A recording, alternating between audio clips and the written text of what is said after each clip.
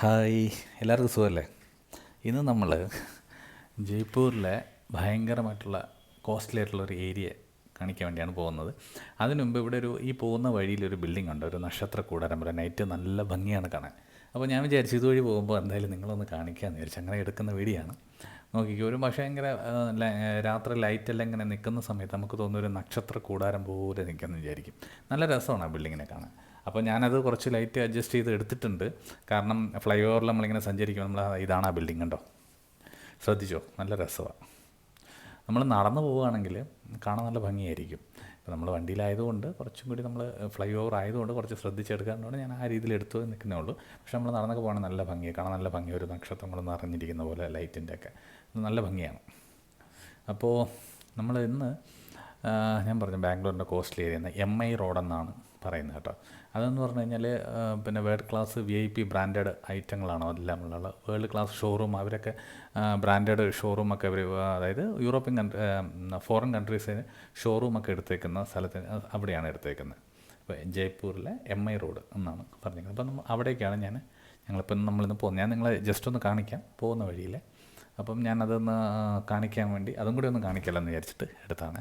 അപ്പോൾ ഉണ്ടോ, അവിടെ ഭയങ്കര ട്രാഫിക്കാണ്. പിന്നെ വൺ വേ സിസ്റ്റമാണ്. കാരണം വെച്ച് കഴിഞ്ഞാൽ എപ്പോഴും നല്ല തിരക്കുള്ളതാണ്. അപ്പം എങ്ങനെയാണെങ്കിലും ഭയങ്കര ട്രാഫിക്കും ജാമും ഒക്കെയാണ്. ചില സമയത്തൊക്കെ 1 മണിക്കൂറൊക്കെ ചിലപ്പോൾ ട്രാഫിക്കിൽ കിടക്കേണ്ടി വരും വന്നു കഴിഞ്ഞാൽ. അപ്പം അതുവഴിയാണ് നമ്മളിപ്പോൾ പോകുന്നത്. പിന്നെ ബിൽഡിംഗ് എന്ന് പറഞ്ഞാൽ വലിയ ബിൽഡിംഗ് ഒന്നുമല്ല.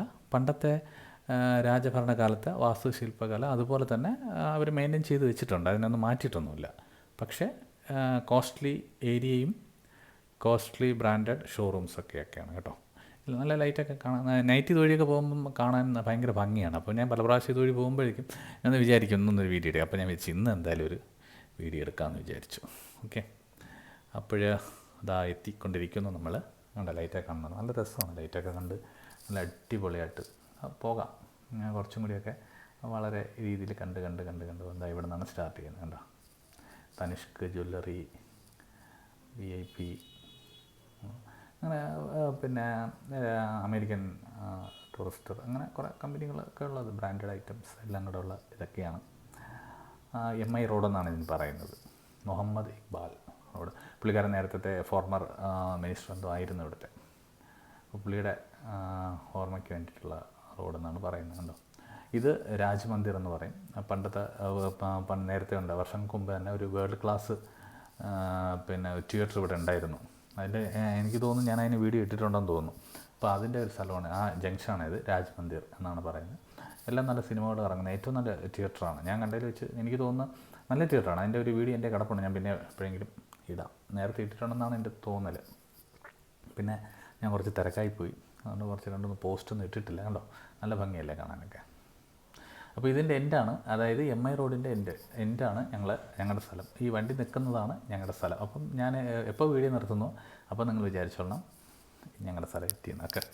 പിന്നെ എന്നാൽ ശനിയാഴ്ചയല്ലേ, അപ്പം ഞങ്ങളൊരു റൈഡ് ഇറങ്ങിയതാണ്. ആഹാരമൊക്കെ കഴിച്ചിട്ട് വെറുതെ ഒന്ന് ഇടയ്ക്കിടയ്ക്ക് അങ്ങനെ റൈഡ് നല്ലതാണ്. റൈഡ് എന്ന് പറയുന്നത് വെറുതെ ഒന്നുമല്ല, നല്ല ആഹാരം കഴിച്ചിട്ടാണ്. ആഹാരം കഴിക്കുമ്പോൾ നിങ്ങൾ ഉദ്ദേശിക്കുന്ന പാർട്ടി അങ്ങനെയൊന്നുമല്ല, ഹെൽത്തി ഫുഡ്. പിന്നെ അറിയാമല്ലോ, എൻ്റെ ഫ്രണ്ട്സും ഞാനും എന്ന് പറയുന്നത് നമ്മൾ നൈറ്റ് ഇറങ്ങുകയാണെങ്കിൽ ഈ വെള്ളോടി പാർട്ടികൾ അങ്ങനത്തെ ഇതിലൊന്നും അല്ല. ആഹാരം കഴിക്കുക, പിന്നെ നമ്മൾ ഇങ്ങനെ അതായത് ഇപ്പം ആഹാരം കഴിക്കാൻ വേണ്ടി ഒരു പർട്ടിക്കുലർ റെസ്റ്റോറൻറ്റ് പോവുക, പിന്നെ അവിടെ നിന്ന് ഇങ്ങനെ തിരിച്ചും കൊണ്ട് വരിക, അത്രേ ഉള്ളൂ. റെസ്റ്റോറൻ്റ് എന്ന് ഉദ്ദേശിച്ചതെന്ന് പറഞ്ഞാൽ നമ്മളിങ്ങനെ വെള്ളോടി പാർട്ടികളൊന്നും ഞാൻ അറിയാമല്ലോ, ഞാൻ ഒന്നും കഴിക്കാറില്ല. അതുകൊണ്ട് തന്നെ എൻ്റെ ഫ്രണ്ട്സും അങ്ങനെയുള്ളവർ തന്നെയാണ്.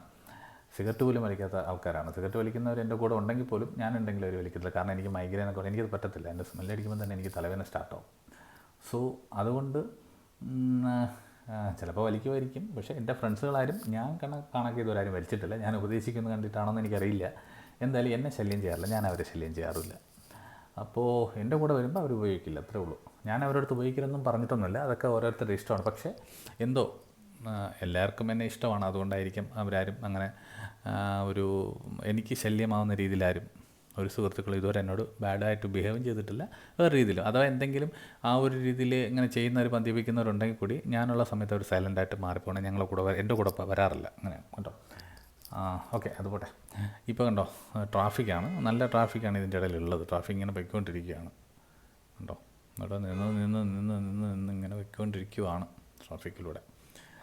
അപ്പോൾ എന്താണ് പിന്നെ എനിക്ക് പിന്നെ ഒന്ന് പറയണമെന്ന് തോന്നിയത്, ഇപ്പോൾ ഈ ഇടയ്ക്ക് ഇത്രയും പിന്നെ എന്താണ് തിരക്കായിപ്പോയെങ്കിലും ഇടയ്ക്ക് ഞാൻ ഈ ന്യൂസ് കണ്ടായിരുന്നു. ഇപ്പം ഞാൻ ടി വിയിൽ ന്യൂസ് വെക്കാറില്ല. കാരണം എന്ന് വെച്ച് കഴിഞ്ഞാൽ നമ്മുടെ നാട്ടിലെ പിള്ളേർ ഏത് രീതിയിൽ എങ്ങോട്ട് പോകുന്നു എന്നുള്ളത് ഭയങ്കരമായിട്ട് നമ്മൾ ചിന്തിക്കേണ്ട, ഓരോ മാതാപിതാക്കളും ചിന്തിക്കേണ്ട ഒരു കാര്യമാണ്.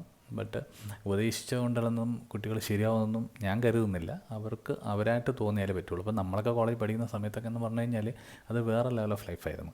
പക്ഷേ ഇപ്പോഴത്തെ പിള്ളേരെന്ന് പറഞ്ഞാൽ സത്യം പറഞ്ഞാൽ പേടിയാവുന്നുണ്ട്. വാർത്തകളെക്കുറിച്ചൊന്നും ഞാൻ പറയുന്നില്ല. ഇപ്പോഴത്തെ പിള്ളേർ അങ്ങനെയാണ്. എന്താണെന്നുള്ളത് എനിക്കത് ചിന്തിച്ചിട്ടൊരു നാളത്തെ ഭാവി തലമുറയില്ലേ, അവർക്ക് ഇപ്പോഴും ഇങ്ങനെയൊക്കെ ആയിക്കഴിഞ്ഞാൽ ഇങ്ങനെയാണ് കേസും വഴക്കും. ഞാനത് പറയുന്നില്ല, കാരണം എനിക്ക് വാർത്ത പോലും പറയാൻ പോലും എനിക്ക് അത്രയ്ക്കും എന്താ പറയുക, എനിക്ക് ഭയങ്കരമായിട്ട് ഹേർട്ടായിട്ടുള്ള പല വാർത്തകളും ഞാൻ കണ്ടായിരുന്നു. ഈ പിള്ളേരെങ്ങോട്ട് പോകുന്നു എന്നുള്ളതാണ്. ഇത് സ്വയം ഇതിന് ലഹരിക്കും മറ്റിനൊക്കെ അടിമപ്പെട്ട് ഇങ്ങനെ പോകുന്നതുകൊണ്ട് സ്വന്തം അച്ഛനമ്മയെ പോലും എന്താ പറയുക, സ്നേഹമില്ലാത്ത രീതിയിലേക്കൊരു പോക്കാണ് ഈ പിള്ളേരുടെ പോക്കെന്ന് പറയുന്നത്. അത് എന്ത് ചെയ്യാൻ പറ്റുമെന്നുള്ളതാണ്. നല്ല കൗൺസിലിങ്ങും മറ്റു കാര്യങ്ങളൊക്കെ ചെയ്ത് അതിനെ ക്ലിയർ ചെയ്ത് വിട്ടില്ല എന്നുണ്ടെങ്കിൽ ഭാവിയിൽ വളരെ ദോഷം ചെയ്യും. കാരണം ഇവരൊക്കെ നാളത്തെ തലമുറയല്ലേ. അപ്പോൾ അതാണ് പ്രശ്നം. ഉപദേശിക്കുകയല്ല കേട്ടോ.